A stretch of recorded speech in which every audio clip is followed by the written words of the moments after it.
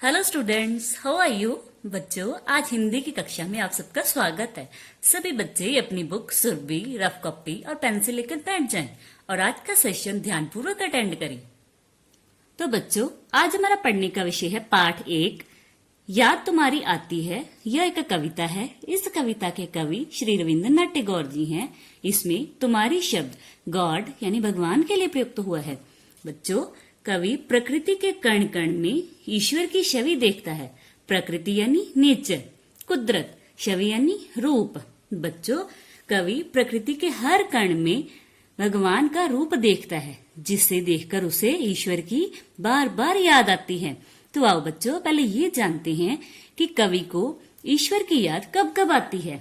बच्चों, जब कवि आसमान से बरसती हुई बूंदों, ठंडी ठंडी हवा, आसमान में चमकते चांद तारों, सुबह हरी हरी घास पर पड़ी ओस की बूंदों, बहते हुए झरनों, नदियों और सागर में उठते और गिरने वाले ज्वार भाटों को देखता है, तो कवि को बार बार ईश्वर की याद आती है। तो आओ बच्चों, अब हम इस कविता में आए कठिन शब्द, उनके यहाँ पर अर्थ लिखेंगे। जैसे बूंदे, बूंदे यानी बौछारें, ब को बड़ा ओ, छको आ, रको ए ऊपर बिंदी, बौछारें। नेक्स्ट चमचम, चमचम यानी चमकती। नेक्स्ट इज वन, वन मीन्स जंगल। नेक्स्ट इज सिरजनहार, सिरजनहार यानी बनाने वाला, इसको रचनाकार भी कहते हैं। आगे प्रभु, प्रभु यानी ईश्वर, बड़ी ई, आधा श व र, ईश्वर। नेक्स्ट इज महफिल, महफिल यानी सभा। नेक्स्ट इज शान, शान मीन्स गौरव, ग को बड़ा ओ, रव, गौरव। आगे जग, जग मीन्स संसार, स के ऊपर बिंदी, स को आर, संसार। आगे बच्चों नदियां, नदियां मीन्स सरिताएं, सर को छोटी ई, तक को आ, छोटी ए के ऊपर चांद बिंदु। आगे मस्ती, मस्ती मीन्स आनंद। देश देश की यानी एक स्थान की स्थिति एवं वातावरण। Next is Sagar, Sagar means समुद्र, स म को छोटा ऊ, द के पैर में र, समुद्र। Next is jowar, jowar means समुद्र की लहरों का ऊंचा उठना। तो आओ बच्चों, अब हम इस कविता को पढ़ेंगे। जब छमछम बूंदे गिरती हैं, बिजली चमचम कर जाती है, मैदानों में वन बागों में जब हरियाली लहराती है, जब ठंडी ठंडी हवा कहीं से मस्ती ढोकर लाती है, हे जग की सिरजनहार प्रभु तब याद तुम्हारी आती है। चुपचाप चमकते तारों की महफिल जब रात सजाती है, जब चांद शान से उगता है और दिशा दिशा धुल जाती है, जब ओस रूप में हरी घास चमकीले मोती पाती है, हे जग के सिरजनहार प्रभु तब याद तुम्हारी आती है।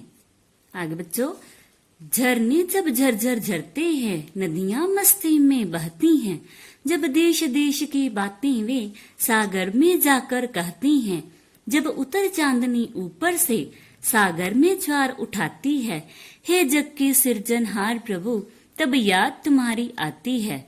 तो आओ बच्चों, अब हम इस कविता की व्याख्या करेंगे, लेकिन व्याख्या करने से पहले व्याख्या को लिखने के कुछ स्टेप्स होते हैं, पहले हम उनके बारे में जान लेते हैं। तो बच्चों, प्रसंग सहित व्याख्या लिखने के लिए हम इन स्टेप्स को फॉलो करते हैं। फर्स्ट इज संकेत। संकेत में गद्यांश यानी पैराग्राफ की पहली पंक्ति के पहले दो शब्द व अंतिम पंक्ति के अंतिम दो शब्द लिखे जाते हैं। नेक्स्ट इज प्रसंग। प्रसंग में हम पुस्तक का नाम, कविता का नाम, कवि का नाम और कविता का संदर्भ लिखते हैं। जैसे कि यह पंक्तियां हमारी हिंदी की पाठ्य पुस्तक सुरभि में शामिल कविता याद तुम्हारी आती है में से ली गई हैं। इसके कवि श्री रविंद्रनाथ टैगोर जी हैं और इसमें कवि ने प्रकृति की सुंदरता के माध्यम से ईश्वर का गुणगान किया है। नेक्स्ट इज व्याख्या।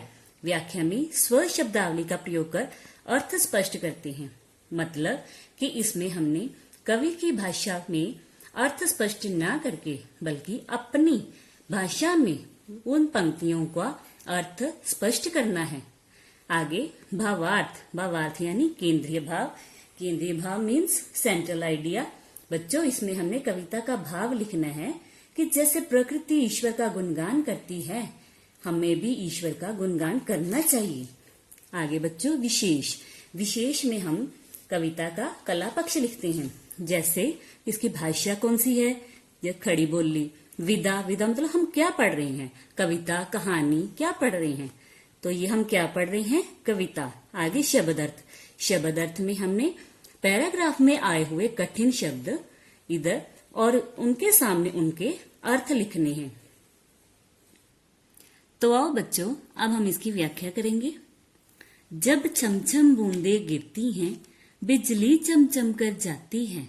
बच्चों इसमें कवि कहते हैं कि जब आकाश से वर्षा की बौछारें धरती पर गिरती हैं और आकाशीय बिजली चमकती है, मैदानों में वन बागों में जब हरियाली लहराती है, जंगलों बागों व मैदानों में जब चारों ओर हरियाली ही हरियाली दिखाई देती है, जब ठंडी ठंडी हवा कहीं से मस्ती ढोकर लाती है।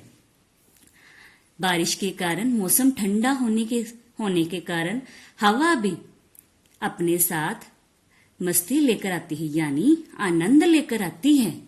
हे जग के सृजनहार प्रभु, तब याद तुम्हारी आती है, तब कवि को संसार को बनाने वाले उस ईश्वर की याद आती है। आगे बच्चों, चुपचाप चमकते तारों की महफिल जब रात सजाती है।